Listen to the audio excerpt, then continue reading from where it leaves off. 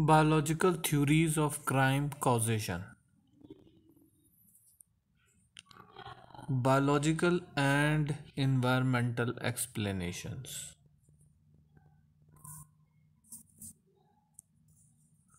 What is the foundation of biological theory? In the 19th century, the introduction of positivism gave the answers to the questions of criminal behavior. It is the biological explanation of criminal behavior. In positivism, the use of scientific methods and empirical analysis to study behavior. Cesar Lombroso's work on the born criminal was a direct offshoot of the application of the scientific method to the study of crime. His identification of primitive atavistic anomalies was based on what he believed was sound empirical research using established scientific methods.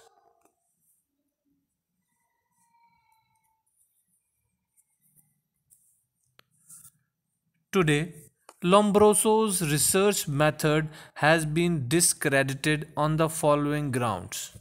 Number one, they did not use control groups from the general population to compare results.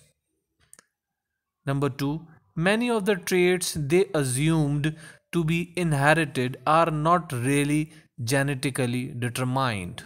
Number three, moreover, many of the biological features they identified could be caused by deprivation in surroundings and diet.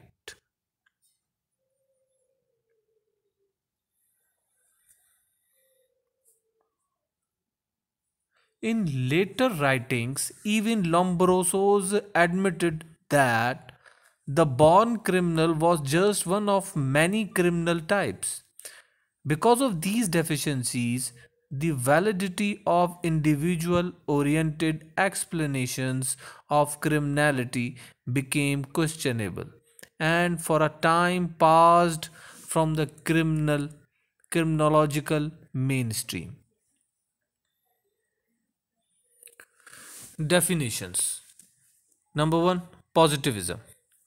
The branch of social science that uses the scientific method of the natural sciences and that suggests that human behavior is a product of social, biological, psychological, or economic forces.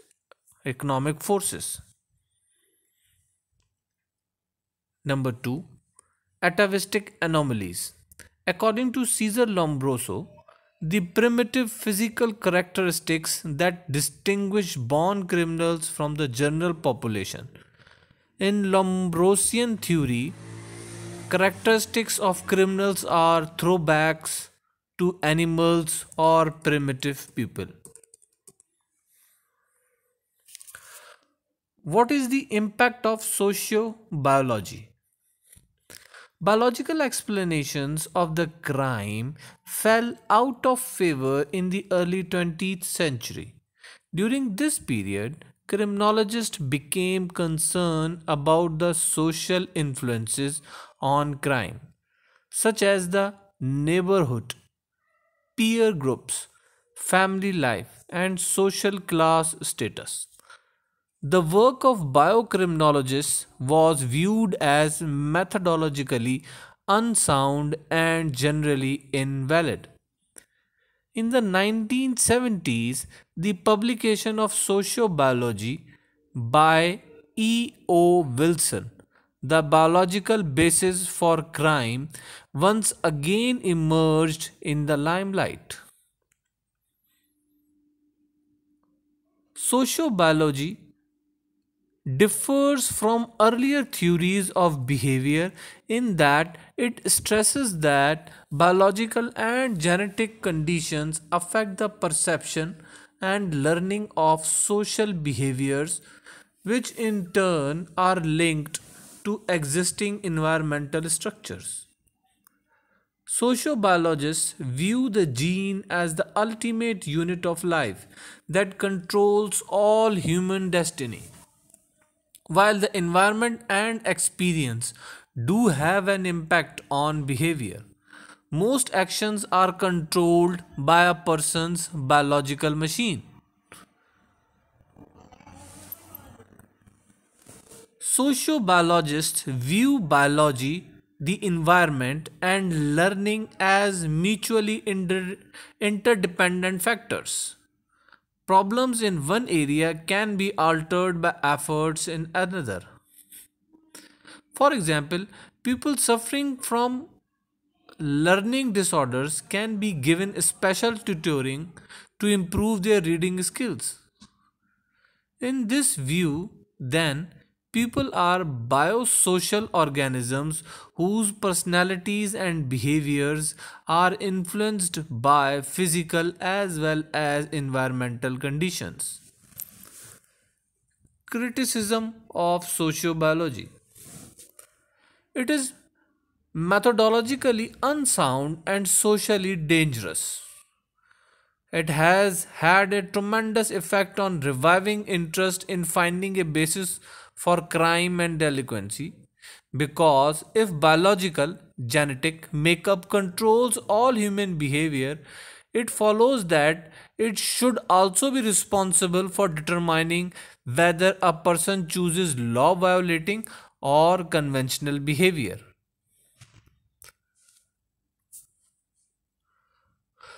What is modern biosocial theory? Biosocial theorists, modern biocriminologists believe that biological, environmental, and social conditions work in concert to produce human behavior. They usually refer to themselves as biosocial theorists. Core principles of biosocial theory. Number one, it assumes that genetic makeup contributes significantly to human behavior.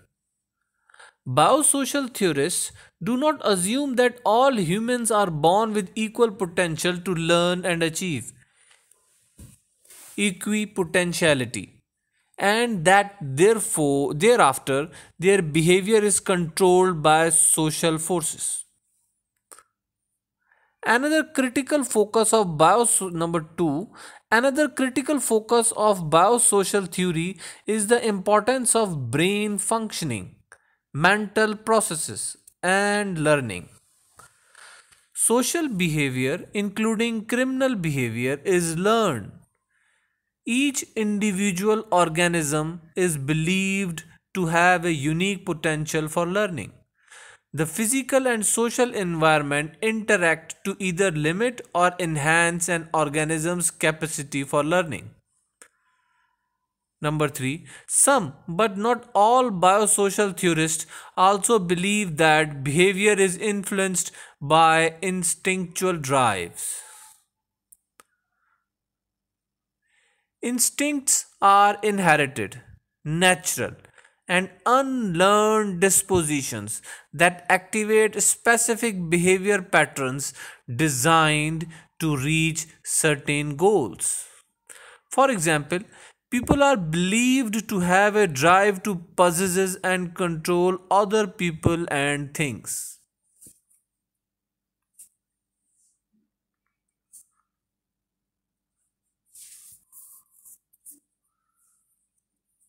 What are biochemical factors?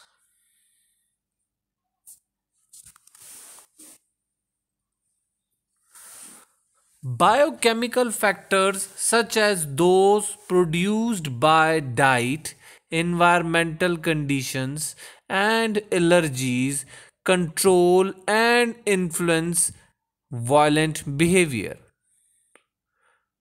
For example, Dan White,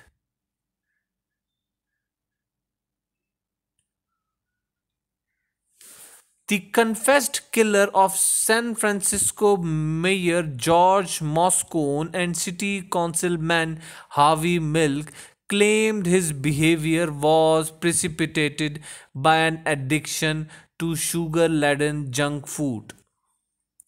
White's Twinkie defense promoted a California jury to find him guilty of the lesser offense of diminished capacity manslaughter rather than first degree murder. White committed suicide after serving this prison sentence.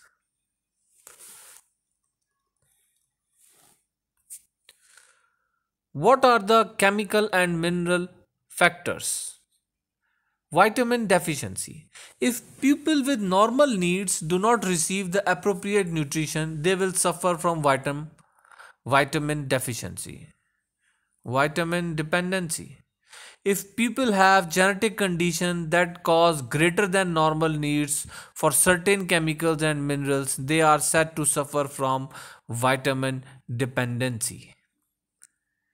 People with vitamin deficiency or dependency can manifest many physical, mental, and behavioral problems.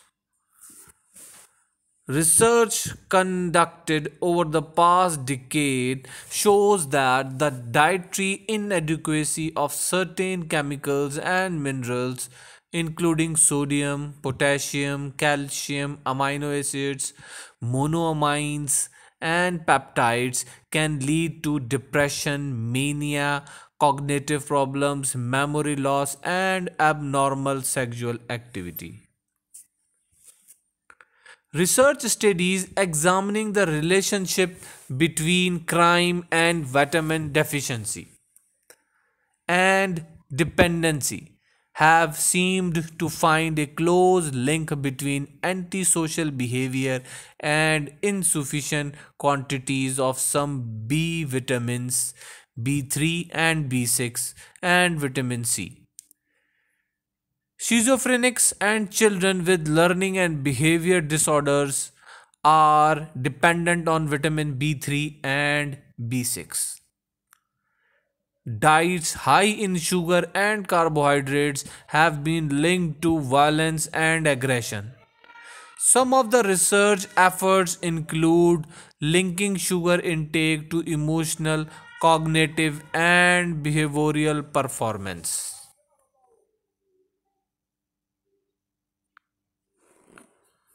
Hypoglycemia. It occurs when glucose sugar in the blood falls below levels necessary for normal and efficient brain functioning. Symptoms include irritability, anxiety, depression, crying spells, headaches, and confusion. What are hormonal influences? A number of biosocial theorists have associated violent behavior episodes with abnormal hormone levels. Abnormal levels of the male sex hormone androgen have been linked to aggressive behavior. One area of concern has been the principal male steroid hormone, testosterone, the most abundant androgen, which controls secondary sex of characteristics such as facial hair and voice timbre. Drugs decreasing testosterone levels are now being used to treat male sex offenders. The female hormones estrogen and progesterone have been administered to sex offenders in order to decrease their sexual potency. What are allergies? Allergies are defined as unusual or excessive reactions of the body to foreign substances. For example, hay fever is an allergic reaction caused when pollen cells enter the body and are fought or neutralized by the body's natural defenses. Cerebral allergies cause an excessive reaction of the brain, whereas neuroallergies affect the nervous system. Neuroallergies and cerebral allergies are believed to cause the allergic person to produce enzymes that attack wholesome foods as if they were dangerous to the body. They may also cause swelling in the brain, which can produce mental, emotional, and behavioral problems, including hyper emotionality, aggressiveness, and violent behavior. The foods most commonly involved in producing such allergies are cow's milk, wheat, corn, chocolate, citrus, and eggs. However, about 300 other foods have been identified as allergens. What are the environmental contaminants? Dangerous amounts of lead, copper, cadmium, mercury, and inorganic gases such as chlorine and nitrogen dioxide can now be found in the ecosystem. Research indicates that these environmental contaminants can influence behavior. What are neurophysiological studies? Neurophysiology, or the study of brain activity, measuring neurological problems. There are numerous ways to measure neurological functioning, including memorization and visual awareness tests, such as the digital span test of attention, short term auditory memory tests, and verbal IQ tests. These tests have been found to distinguish delinquent offenders from a non delinquent control group. The most important measure of neurophysiological functioning is the electroencephalograph EEG. An EEG records the electrical impulses given off by the brain. It represents a signal composed of various rhymes and transient electrical discharges, commonly called brain waves, which can be recorded by electrodes placed on the scalp. What is the minimal brain dysfunction? Minimal brain dysfunction MBD is related to an abnormality in cerebral structure.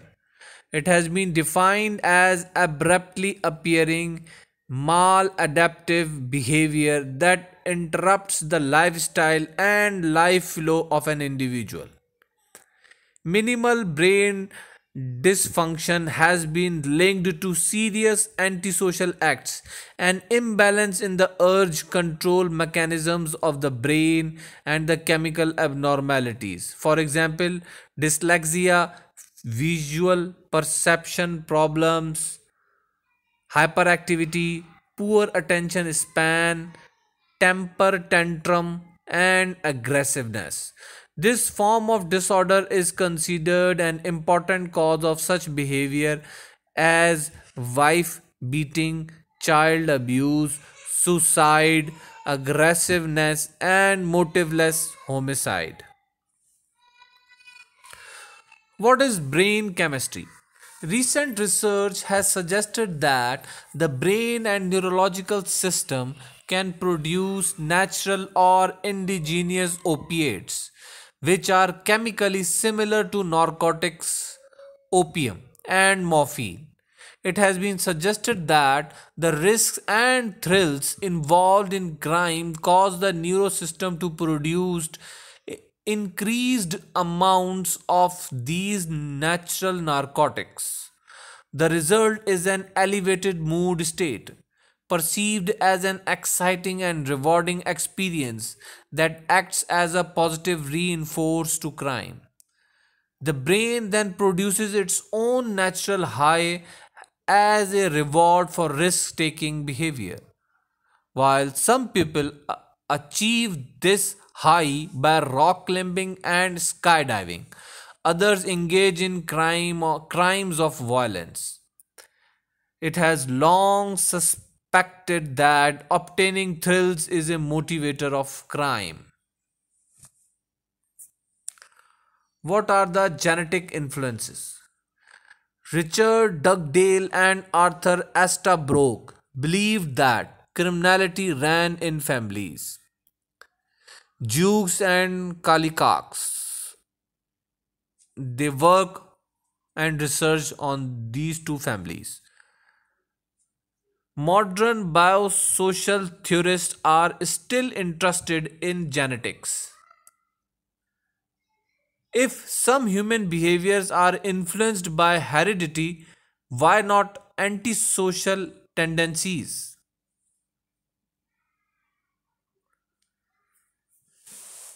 Twin studies and adoption studies. Chromosome studies. The XYY syndrome controversy. Chromosomes, microscopic structures contained in cell nuclei, carry the basic genetic material, genes. For example, Richard Speck, who killed 8 Chicago nurses, was believed to be a XYY carrier. Reported to XYY males to be very tall individuals with a disproportionate inclination to commit crimes of violence. All XYYs were potential killers and should be closely controlled. Civil libertarians expressed fear that all XXYs could be labeled dangerous and violent, regardless of whether they had engaged in violent activities. Later research found Speck did not actually have an extra Y chromosome. What are the evolutionary factors? A recent biosocial emphasis has been placed on evolutionary factors in criminality.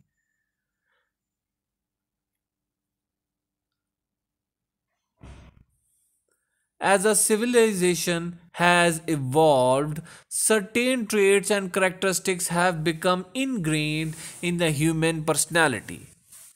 These biosocial characteristics may be responsible for some crime patterns.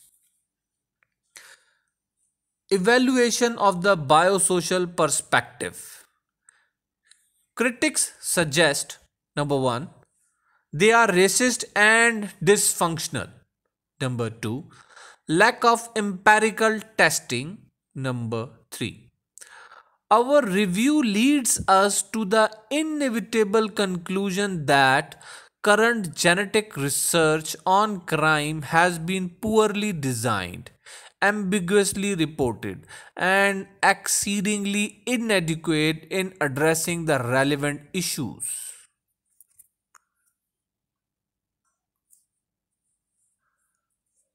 Thank you for listening.